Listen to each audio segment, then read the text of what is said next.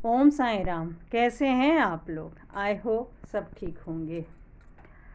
आज का जो वीडियो मैं लाई हूँ बहुत ही ख़ास है। सब लोग को कहते सुने होंगे कि कर्मा लौटता है या कर्मों का फल मिलता है।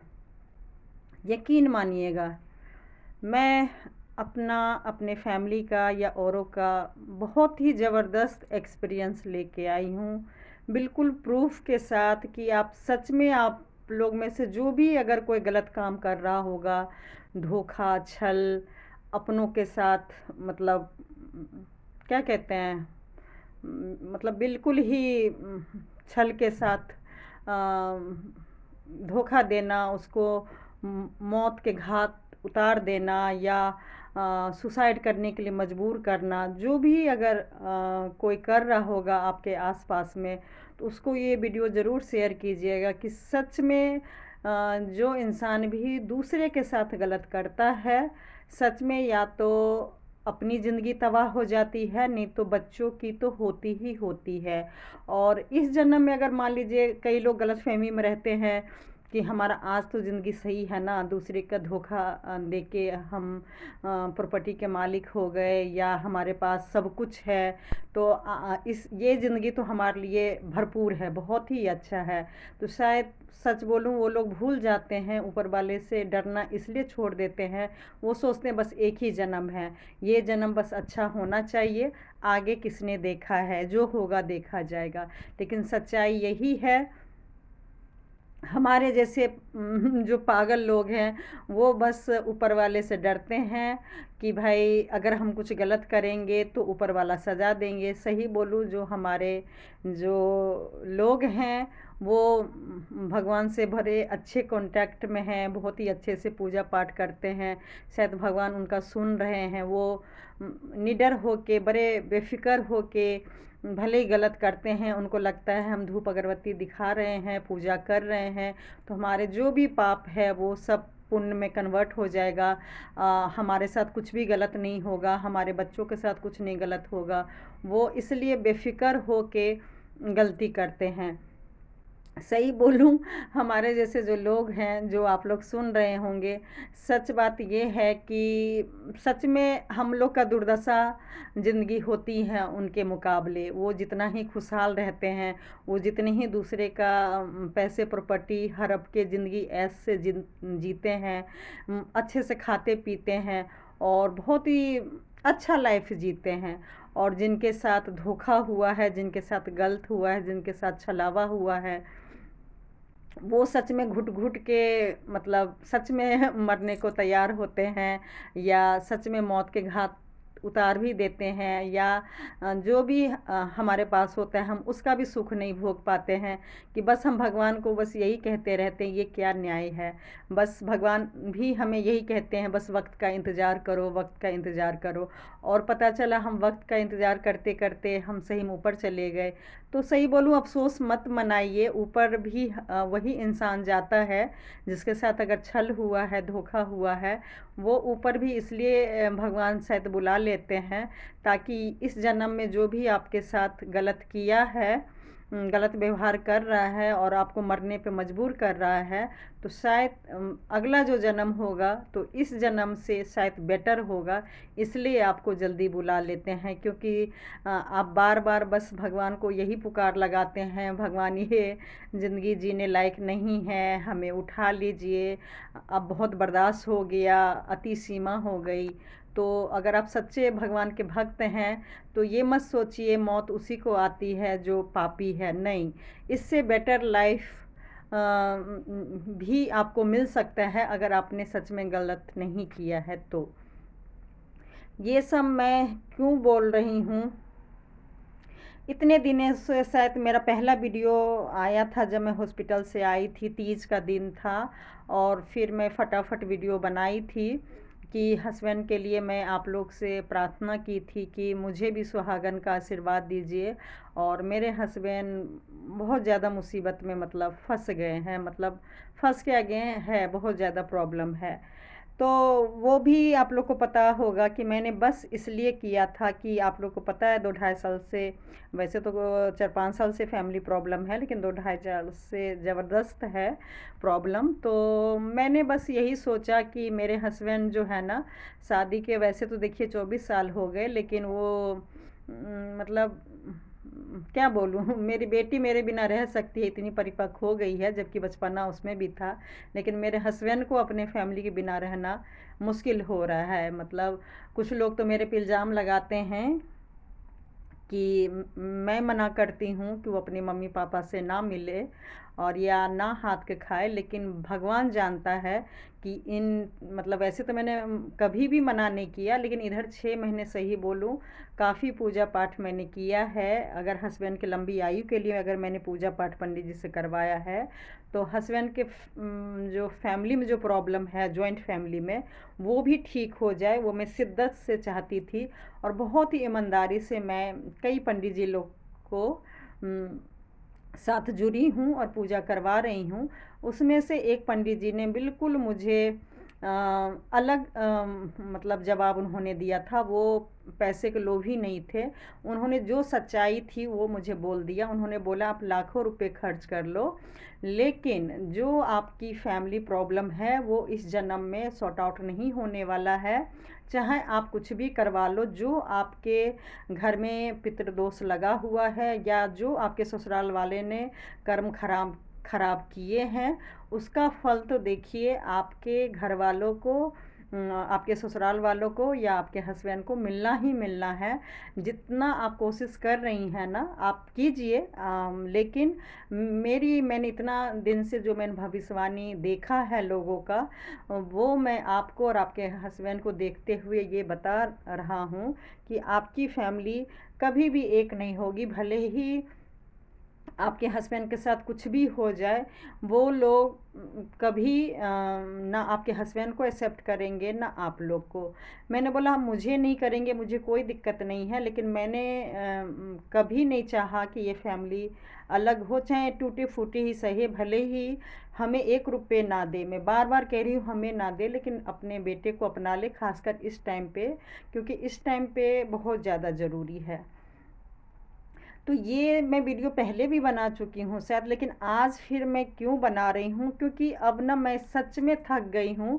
इतने दिनों से ना मैं वो सब काम करती रही, दूसरे पे डिपेंड रही, मैं दूसरे को बोलती रही कि मोटिवेट कर दीजिए, इनको हॉस्पिटल के लिए बोलिए, इनको काम छुड़वाने के लिए बोलिए, मुझे भी काम की ज़रूरत नहीं है, बस इनको इलाज की ज़रूरत है। आज सही बोलूँ 6 महीने से ऊपर हो गया, और सही बोलूँ मैं बच्चों की तरह, तोता की तरह मैं गीत गाती रही। कई लोग से मैंने बुलवाया कि भाई अपने बेटे को समझाइए, लेकिन आज मैं इसलिए बोल रही हूँ कि इतने महीनों बाद भी मेरे हस्बैंड का प्रॉब्लम सॉर्ट आउट नहीं हो रहा है, क्योंकि वो होने ही नहीं दे रहे हैं, कि लोग नहीं होने दे रहा है, कि क्या हो रहा है मुझे कुछ समझ नहीं आ रहा है। हाँ, हस्बैंड ने इतना ज़रूर कबूल किया है कि कोई तो हाँ मुझे भी नचा रहा है कि जो मैं चाहता हूँ, जो मैं करना चाहता हूँ अपने फैमिली के लिए, वो सब तो सही में नहीं हो रहा है। और सबसे बड़ी प्रॉब्लम यही है जो उनका हमेशा से रहा है, अभी बीपी और शुगर। डॉक्टर ने बोला था कि जब भी आए तो भाई बीपी शुगर जब तक डाउन नहीं होगा तब तक कुछ भी नहीं कर सकते हैं। और भी कुछ रिपोर्ट वगैरह में प्रॉब्लम थी कि हम पेशेंट को हाथ ही नहीं लगा सकते हैं, जैसे कि हीमोग्लोबिन, अगर ये सब कम रहेगा तो हम कुछ भी नहीं कर पाएंगे। और मैं सही बोलूँ हस्बैंड को कब से बोल रही हूँ, इस वजह से कितना स्टार्टिंग में हुआ भी कि भाई अब बहुत हो गया, मतलब थोड़ा सा अब मतलब घर चेंज करते हैं, घर वगैरह लेके शिफ्ट हो जाते हैं, और थोड़ा सा जो एक वाइफ का जो फ़र्ज होता है हस्बैंड के प्रति, वो मैं थोड़ा दिन रात मेहनत करके हस्बैंड को डायबिटीज़ बीपी और कम करूं और होमोग्लोबिन बढ़ाऊं, जिस तरीके से मैंने अपना बढ़ाया था। लेकिन सही बोलूं मुझे नहीं पता वो किसके कठपुतली बने हुए हैं और क्या कर रहे हैं। आज के डेट में भी काम काम काम, और काम के बहाने सही बोलूँ सुबह जाना रात को आना, मतलब घर में खाना भी नहीं खाना है और एक्स्ट्रा चीज़ तो दूर की बात है। मतलब बिल्कुल भी अपना केयर नहीं करना और काम काम काम तो। और मैं फिर सोची हो सकता है कुछ पैसे मिलते होंगे, और मुझे कई लोग बोलता था कि भाई वो अपने भाई के साथ काम कर रहे हैं। फिर मैं सोची चलो अपने फैमिली से शायद पंडित जी का भविष्यवाणी गलत होगा, वो भाई मम्मी पापा जो भी उनके घर के मेंबर हैं शायद वो सबसे बात कर रहे होंगे, हंस बोल रहे होंगे। फिर सही बोलूँ मैंने जैसे पहले छोड़ दिया था, अभी भी के ही रखी हुई थी कि अपना काम कर रहे हैं, अपने फैमिली के साथ है तो शुगर बीपी नॉर्मल ही होगा।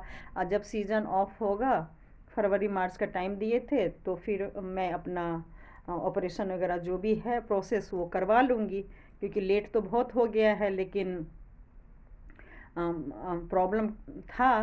तो मैं सोची अब प्रॉब्लम ठीक होगा। लेकिन सही बोलूँ आज जो मैं ये वीडियो बनाई हूँ इसलिए बनाई हूँ क्योंकि वो प्रॉब्लम को और ज़्यादा बढ़ा लिए हैं। अगर बताइए काम का सीज़न है तो हाथ में पैसे हैं तो उस वो खुशी तो मिलनी चाहिए। अगर वो भाई के साथ काम कर रहे हैं, फैमिली के साथ हंस बोल रहे हैं, मिल रहे हैं, तो बीपी तो फिर नॉर्मल होना चाहिए। क्योंकि मैं तो छोड़ रखी हूँ, होता है ना। मुझे भी लगा कि हो सकता है मैं हमेशा तबीयत तबीयत के बारे में बोल रही हूँ, पीछे पड़ी हूँ, ये लीजिए वो लीजिए ये कीजिए, तो हो सकता है मैंने सोचा मैं अपना बीबी का वैसे फ़र्ज़ नहीं निभा रही हूँ। बाहर ही अगर खुश हैं, दिन रात मेहनत कर रहे हैं, तो चलो बार बार उनको एहसास भी नहीं होगा कि मतलब मैं बीमार हूँ करके, और टाइम भी पास हो जाएगा। और जब जब मन से, क्योंकि पेशेंट है, जब तक वो मेरे हस्बैंड तैयार नहीं होंगे तब तक तो मैं मतलब हॉस्पिटल लेके ही नहीं जा सकती हूँ। लेकिन देखिए सब कुछ उल्टा हो गया, इतना लेट हो चुका है और काम के नाम पे बाहर जाना, रात को आना, और किस फैमिली मेम्बर से मिलते हैं, किससे बात करते हैं, किसके साथ काम करते हैं। मैं सर पकड़ के बैठ गई कि आखिर मुझे मिला क्या। इतने दिनों से सही बोलूँ मैं अपना पर्सनल, बार बार कह रही हूँ, मैं अपना पर्सनल लाइफ देखिए बिल्कुल हम पर करके बिल्कुल बर्बाद करके रखी हूँ। और आज भी मैंने फैमिली के चक्कर में सही बोलूँ क्या होगा मुझे कुछ भी नहीं पता है। और सबसे बड़ी प्रॉब्लम ये है कि डॉक्टर तो भाई हाथ नहीं लगाएगा, और आगे क्या होगा कुछ समझ नहीं आ रहा है। तो जब भी ऐसा प्रॉब्लम होता है तो सही बोलूँ मैं हस्बैंड को सबसे ज़्यादा तो पहले बहुत ज़्यादा गुस्सा करती हूँ, बहुत ज़्यादा, क्योंकि अंदर की जो बात है ना वो जब तक आपका नहीं निकलेगा तब तक आपका बीपी ऐसा ही रहेगा और डायबिटीज़ भी बढ़ते ही रहेगा। तो मैं कई सालों से हस्बैंड को हैंडल कर रही हूँ। तो जैसे मैं मन की बात किसी से बोलती हूँ तो मन हल्का होता है, मेरे हस्बैंड बोलते नहीं हैं, तो मैं उंगली डाल डाल के हस्बैंड को बुलवाती हूँ। सबसे पहले तो ये करती हूँ, बहुत गुस्सा करती हूँ, बहुत अति गुस्सा करती हूँ, और उसके बाद फिर मैं उपाय करती हूँ डाउन करने का। तो अभी जो मेरा मिशन है वही हो रहा है, बहुत लेट हो चुका है।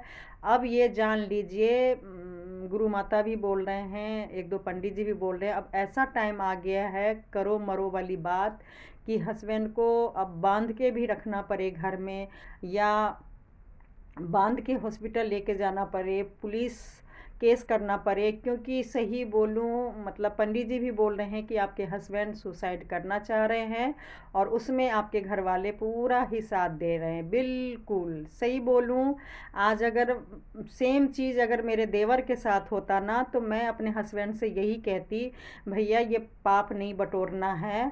आपके भाई तकलीफ़ में है, कब क्या हो जाए कुछ नहीं पता है। हमें उनका मेहनत नहीं चाहिए, हमें उनके मेहनत का पैसा अपने घर में नहीं चाहिए।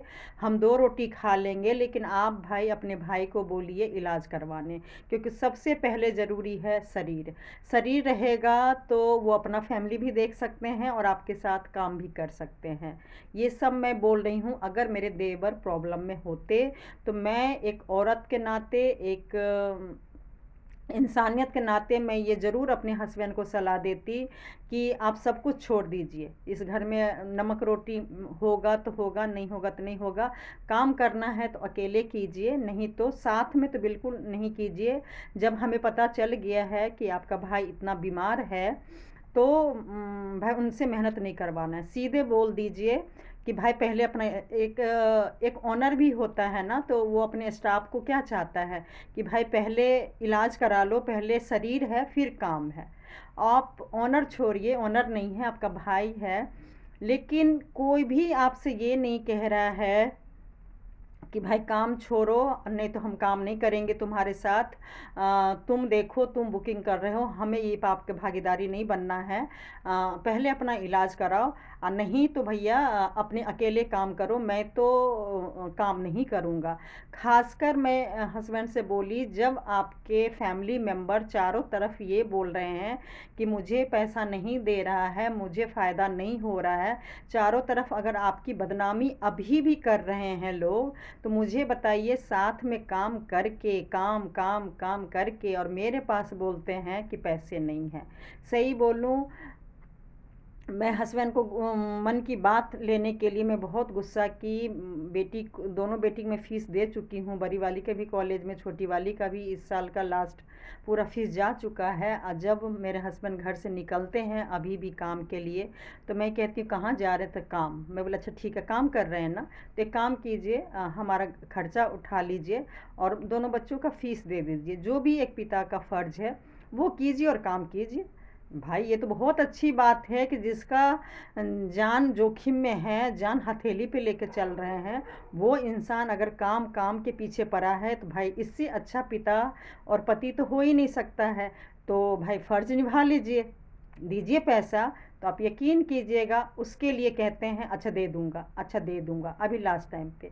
और मैं आपको राज की बात बता दूँ, बिजनेस ऑफ सीज़न होता है, कैटरिंग के काम है, बीच में जब स्टाफ के लिए पैसा नहीं होता है या और भी क्या क्या पैसा नहीं होता है, तो आप यकीन कीजिएगा मेरे से पैसा लेके कितना गए हुए हैं, और बोले थे कि मैं उधारी दे दूँगा, पहला काम होगा तभी मैं दे दूँगा।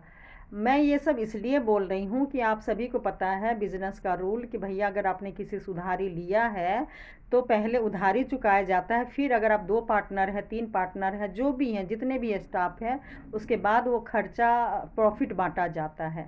लेकिन मैं यहाँ पर ये देख रही हूँ, आप ऐसा तो हो ही नहीं सकता, मेरे देखिए लाखों उधारी लेके बैठे हैं और मुझे चुका नहीं रहे हैं, जबकि ये सब टाइम नहीं था। ये सब मैं इसलिए गुस्सा कर रही हूँ कि टाइम से इलाज नहीं करवाए, इतना महीना लेट कर लिए, ऊपर से जब अब हम सोच रहे हैं इलाज करने के लिए तो बीपी हाई करके बैठे हुए हैं।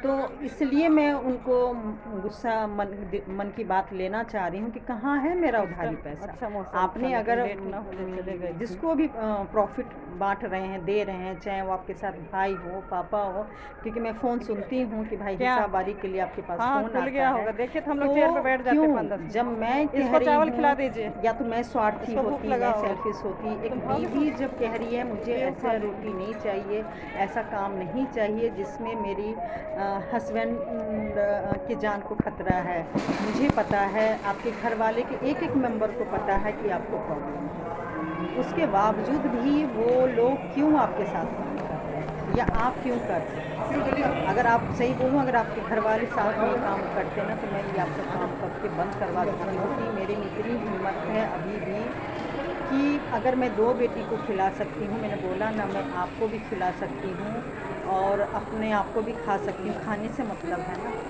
जब आप बेरोज़गार ही हैं, जब आपके पास पैसे नहीं हैं, तो ऐसे टाइम पे क्यों बोल रहे हैं कि मेरे को काम है, काम है, काम है। और किसी को कैसे काम करवाया जाता है, किसी को कैसे वो पैसा लिया जाता है, मुझे ये मतलब कुल मिला के वीडियो बनाने का ये मतलब है, अगर आप लोग ऐसे लोगों को प्रेशर दे रहे हैं या ऐसे लोगों के साथ काम कर रहे हैं, एक तरफ धोखाधड़ी का भी नाम दे रहे हैं, इस टाइम पे भी बीमार बंदा है तब भी आप कह रहे हैं कि भाई मुझे तो हिसाब नहीं देता, मुझे तो पैसे नहीं देते हैं।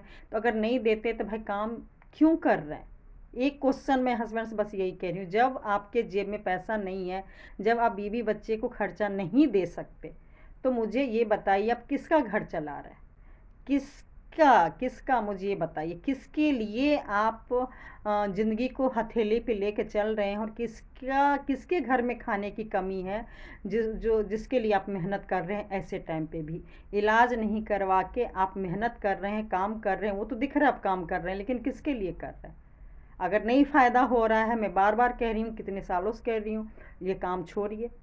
लेकिन ये सही बोलूँ, आज के डेट में भी भगवान आगे है। मैं सब कुछ बोली, मुझे मेरे साथ क्या हुआ 24 साल में, मुझे उससे कोई लेना देना नहीं। जो हुआ वो हुआ, मैं हर एक चीज़ में मिट्टी डाल दूँगी। लेकिन अब जानबूझ के सुसाइड करने में लगे हुए हैं, और आपके घर वाले उसमें साथ दे रहे हैं। मैं सिंपल सी बस अब इल्ज़ाम लगा रही हूँ। जो चीज़ मैं नहीं बोलना चाह रही, अब मैं एक शब्द में ये सारा कुछ मैं अपने हस्बैंड को बोल रही हूँ कि आप जानबूझ के अपनी ज़िंदगी को ख़त्म कर रहे हैं। और उसमें जो मुझे उम्मीद थी, जो मुझे एक कड़ी नज़र आया कि आपके घर वाले इस बार तो ज़रूर सपोर्ट करेंगे, इस बार तो ज़रूर तकलीफ़ समझेंगे, लेकिन ऐसा कुछ नहीं हुआ।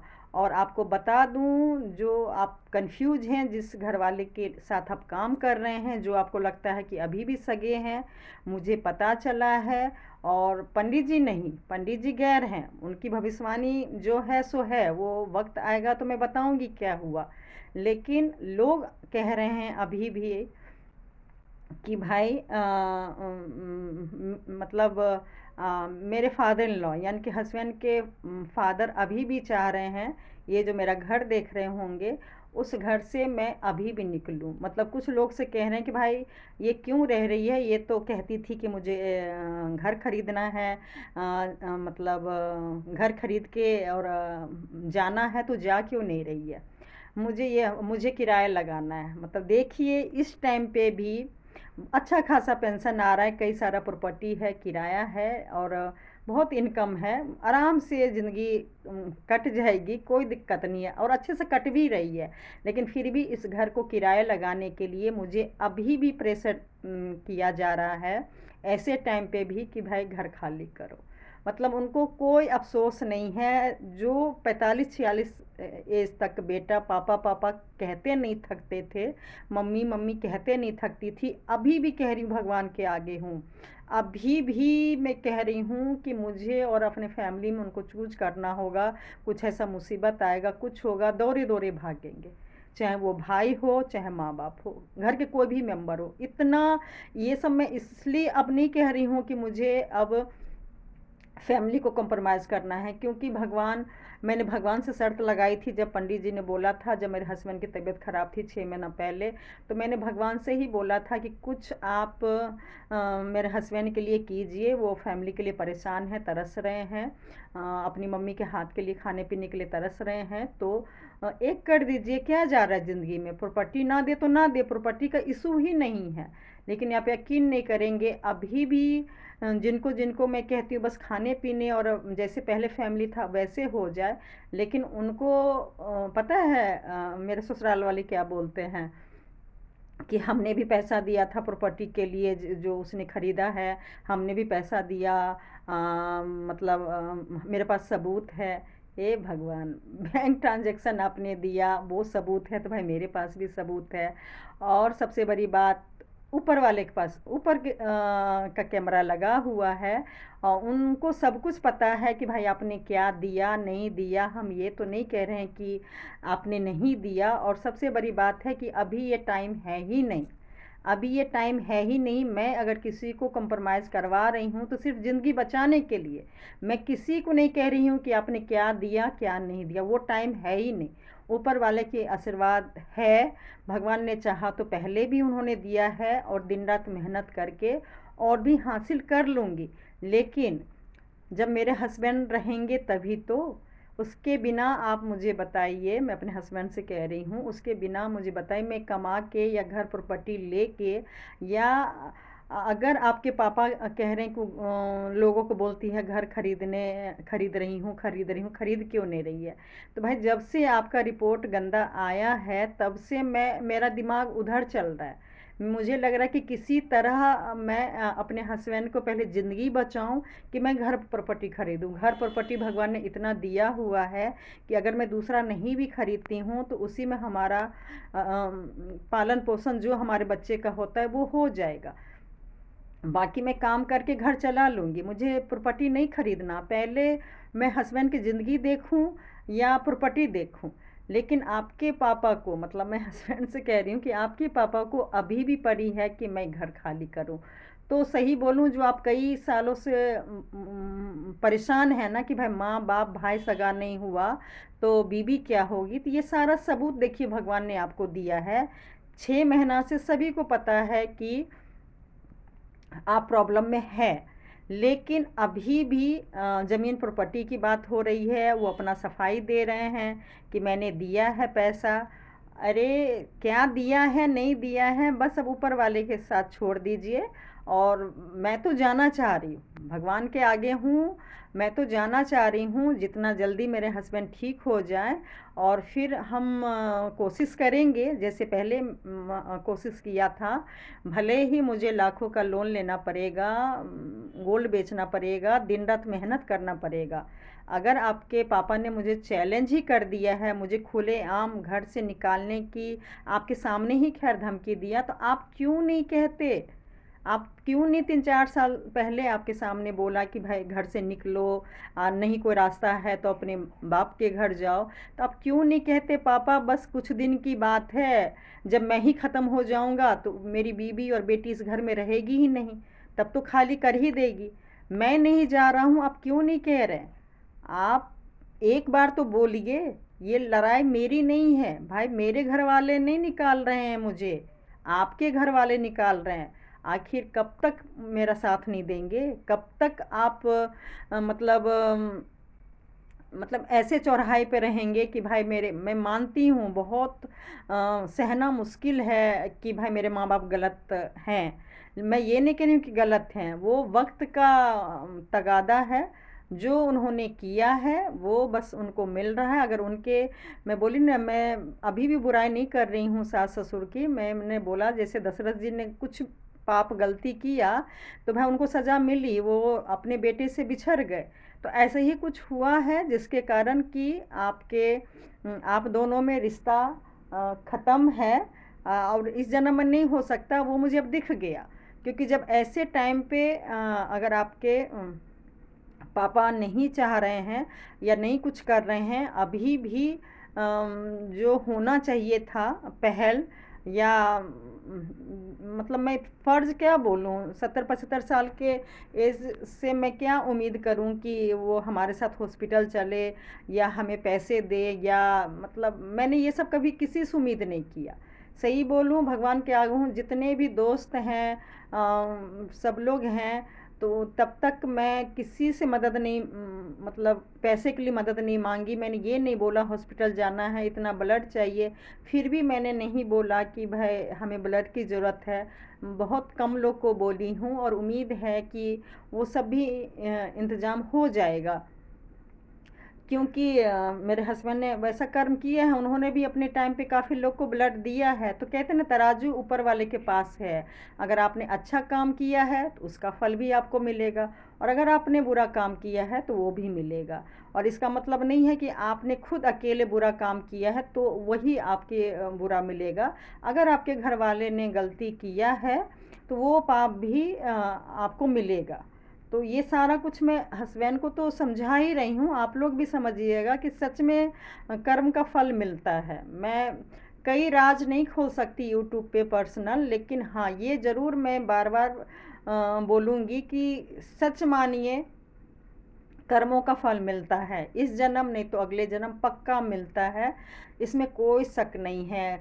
सब गलत फहमी में है कि भाई दूसरे को मिल रहा है, आज हमारा ज़िंदगी तो परफेक्ट है, अच्छा है, कोई मतलब दिक्कत नहीं है।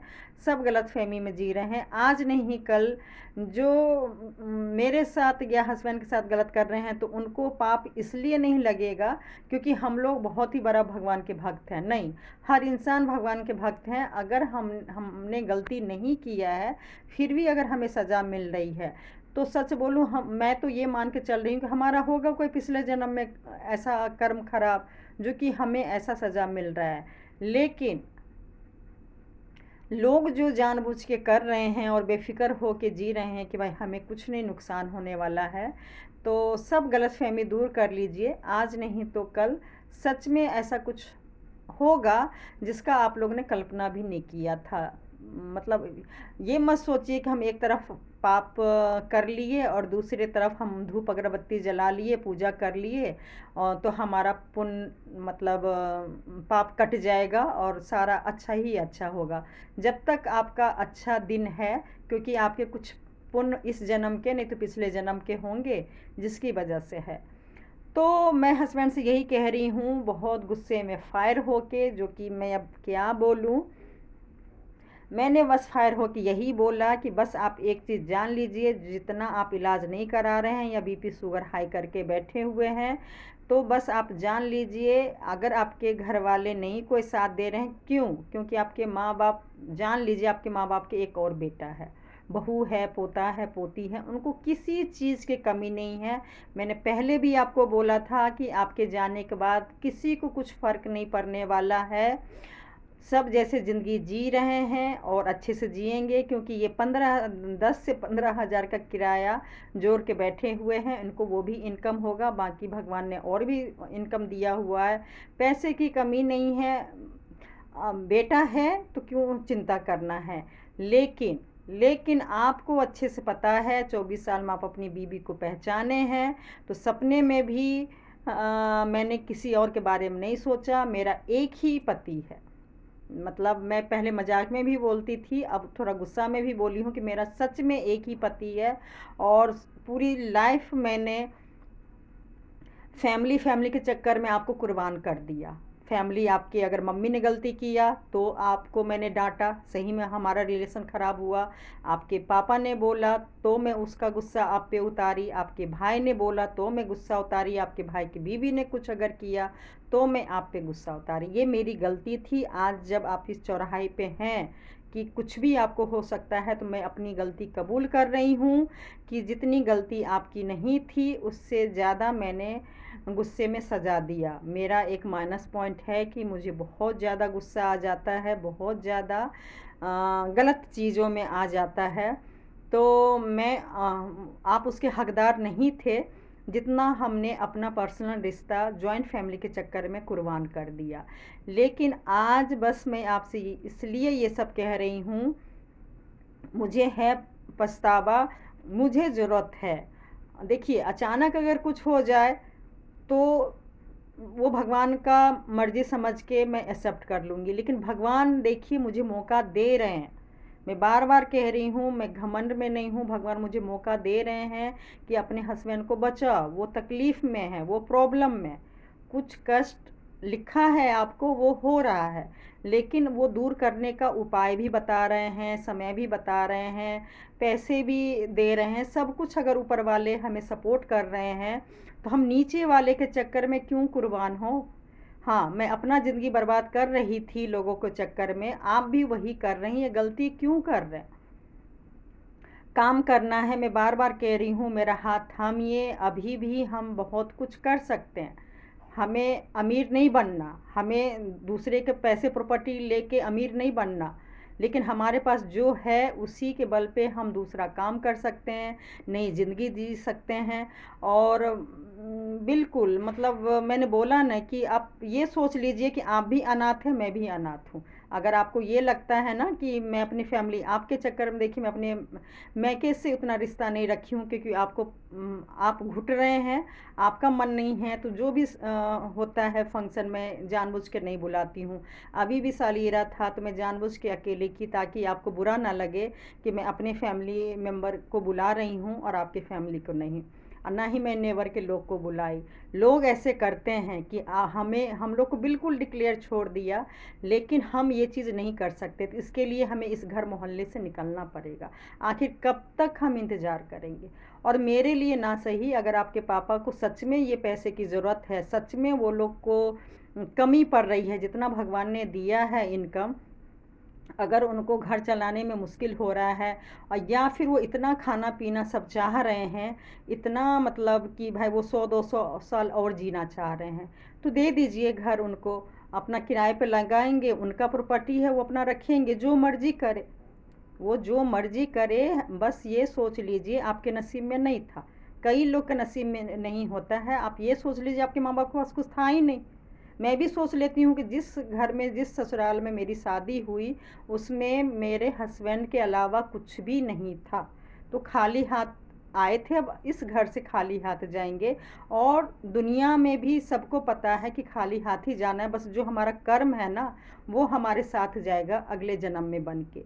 इसमें तो कोई दराह नहीं है कि जो हमने कर्म किया है, हमें पूरा विश्वास है कि भगवान अगला जन्म जितना अभी तकलीफ़ है, प्रॉब्लम है, वो तो नहीं देंगे, क्योंकि सच में हमने सपने में भी किसी का बुरा नहीं चाहा है। मैं अपने हस्बैंड को बोली आपको पता होगा, एक लेडीज़ के नाते मैं आपको, आपके भाई को, आपके घर वाले ने कुछ गलती किया है, आपको भी पता है, और आपके रिलेटिव लोग ने ही बहुत गाली गलौज किया, आपके दोनों भाई को बहुत ज़्यादा बद्दुआ दिया, आपके माँ बाप को बहुत बद्दुआ दिया था। और वो ऐसा टाइम था कि मैं आप दोनों भाई जब परेशान थे, मुझे आपके रिलेटिव लोग बोलते थे कि भाई तुम्हारे देवर यानी कि मेरे हस्बैंड का भाई का ऐसा हालत था डायबिटीज़ के कारण कि सही बोलूँ लोग कहते थे जैसा लगता था कि लकड़ी में कपड़े पहना दिए हैं। लेकिन मैंने कभी नहीं सोचा कि नहीं मैं अपने हस्बैंड को ठीक करूं और देवर को नहीं, वो ऊपर वाले जानता है। और सही बोलूं जब आपकी भाई की बीवी को ज़रूरत थी कि अपने हस्बैंड को बचाना, पाप से कैसे छुटकारा मिले, कैसे हस्बैंड की ज़िंदगी बचाएं, तब तक मेरे से रिश्ता रखी। सब कुछ हुआ जो मैंने आपके भले के लिए किया, वो मैं बार बार क्या बोलूँ, वही मैंने आपके भाई के लिए किया। लेकिन आज अगर चलो वो आपके भाई की बीवी तो बाहर की आई, जैसे मैं बाहर के दूसरे घर से आई हूँ, लेकिन आपका भाई जो सगा है वो खून का है। और आपके भाई को सब कुछ याद होगा कि पहले शक्ल सूरत क्या था और अब खाना पीना और दवाई या जो भी कह लीजिए एक्टिविटी से अब शक्ल सूरत क्या है, वो आपके भाई जब शीशम देखते होंगे तो भी पता चलता होगा। और जब आपके भाई की मिसेज देखती होंगी अपने पति को, तब भी शायद अगर इंसानियत होगी तो मेरा चेहरा नज़र आता होगा कि आज ये दोनों हस्बैंड वाइफ का जो ज़िंदगी है, जो जी रहे हैं, भगवान ने मुझे जरिया बनाया। लेकिन आज अगर भगवान उसको जरिया नहीं बना रहे हैं और उसी लोग को जरिया भगवान बनाए हैं हमारे बर्बादी का, तो भाई वो उसका नसीब और आपका नसीब, दोनों भाई में क्या था। लेकिन काम बिजनेस अभी भी कर रहे हैं। ये मुझे बड़ा आश्चर्य लग रहा है कि जो धोखाधड़ी आप पे इल्ज़ाम लगाया जा रहा है, पहले भी लगाया, लेकिन साथ में काम कर रहे हैं, लेकिन पर्सनल रिश्ता नहीं है कि भाई का इलाज हो या ना हो, मतलब किसी को नहीं मतलब पड़ी है। तो आज लास्ट में यही कहना चाह रही हूँ कि पंडित जी ने जो बोला वो बिल्कुल सही बोला। सच में कर्मों का फल मिलता है, चाहे वो पितृदोष के रूप में मिले, चाहे लोगों का हाय बददुआ मिले, या जो भी मिले। हमारे परिवार में जादू टोना नहीं कह सकती कि सच में लोग नचा रहा है, क्योंकि अगर नचा रहा होता तो सही बोलूँ साथ में काम नहीं कर रहे होते। दो पैसे के चक्कर में साथ में अभी भी काम हो रहा है, उस बंदे के साथ काम हो रहा है जिसको हॉस्पिटल जाना बहुत ज़्यादा ज़रूरी है, लेकिन नहीं जा रहे हैं। क्यों नहीं जा रहे हैं मुझे बिल्कुल भी नहीं पता।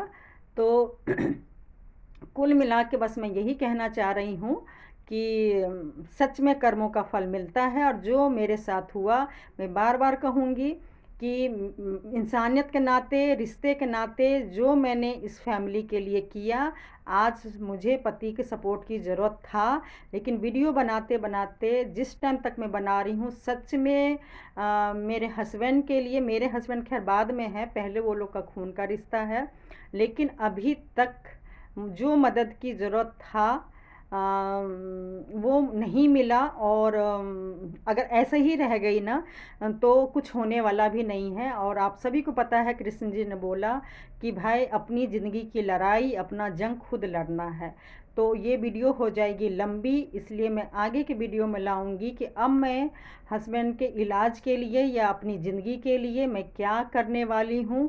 लेकिन एक चीज़ अब मैं बता दूँ, आज के बाद एक वीडियो में भी मैं ये नहीं बोलूँगी कि मुझे अपने फैमिली मेम्बर, मेरे हस्बैंड के खासकर जो मम्मी पापा या भाई और उसकी मिसेज हैं या जो भी हैं, मुझे उनकी मदद की ज़रूरत है।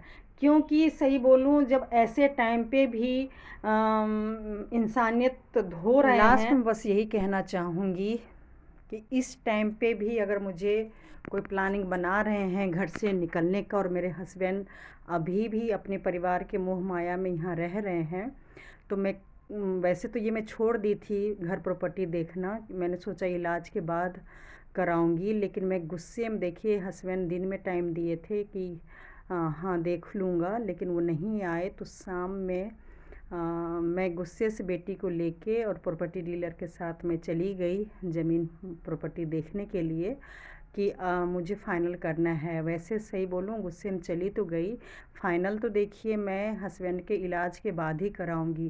क्योंकि कोई कितना भी मुझे गुस्सा दिलाएगा या पागल बनाएगा, बहुत षड्यंत्र रच रहे हैं। बस यही कहना चाहूँगी एक औरत के नाते, जो लोग भी जो भी कर रहे हैं ना, वो पति पत्नी ही हैं। लेकिन अगर हमारे लाइफ में हम हस्बैंड वाइफ को अलग करना चाह रहे हैं, या सही में हम दोनों को पागल बना रहे हैं, या हम सही में हम दोनों को मौत के कगार पे पहुंचा रहे हैं, एक शब्द बस बोलूँगी। इतने दिन से मैं किसी को हाय बद्दुआ नहीं दे रही थी, लेकिन अब मैं ज़रूर कहना चाहूँगी कि इस जन्म नहीं तो अगले जन्म में जो भी मेरे पति पत्नी के बीच में आ रहा है, या हम लोग को अभी भी चैन से नहीं रहने दे रहा है, या अभी भी चाह रहा है कि मेरा या मेरे हस्बैंड की मतलब बर्बादी के कारण जो भी बन रहे हैं, सच में बहुत बुरा होने वाला है, बहुत बुरा। क्योंकि सच में भाई भगवान से डरना चाहिए, जिस भगवान को मैं मानती हूँ। सही बोलूँ, कृष्ण जी बोले कि अगर आपके साथ अन्याय हो रहा है तो आप हथियार उठाओ या जो करना है वो करो, क्योंकि धरती पे बार बार भगवान नहीं आएंगे। लेकिन यकीन मानिएगा, मैं आज भी इतना पूजा पाठ और फैमिली को एक करने के चक्कर में मैं भूल गई कि मेरे हस्बैंड का इलाज कराना है, और मैं कमज़ोर बना ली। मुझे किसी ने सही बोला कि तुम अपने आप को बहुत फैमिली के चक्कर में कमज़ोर बना ली हो। मतलब अब मुझे सच में उठना पड़ेगा, क्योंकि जो मतलब अब मुझे ही सब कुछ करना पड़ेगा। और प्रॉपर्टी तो देखिए ज़रूरी नहीं है, लेकिन बस एक बार हस्बैंड ठीक हो जाए और मान जाए, तो ये सब भी बस मैंने हस्बैंड को खुश करने के लिए किया था, ताकि वो डिप्रेशन में ना आए, परेशान ना हो कि उनके पेरेंट्स जो भी कर रहे हैं बस अपने छोटे बेटे के लिए कर रहे हैं, उनके लिए नहीं कर रहे हैं, बस इसलिए। बाकी हमें मकान की ज़रूरत नहीं है। और अगर भगवान ने लिखा होगा तो अभी भी हम मेहनत करेंगे, लोन लेंगे और जो करना होगा करेंगे। लेकिन बस यही कहूँगी, सच में भगवान से, ऊपर वाले से डरिए, कर्मों का फल मिलता है। मैं बार बार कह रही हूँ, कर्मों का फल बहुत मिलता है। और लास्ट बस जो मेरे भला चाहते हैं वो लोग दुआ करते रहिएगा, क्योंकि मैं जल्द से जल्द अब हस्बैंड को इलाज कराऊंगी, बस इलाज कराऊंगी। और मैं अब फ़िलहाल कुछ नहीं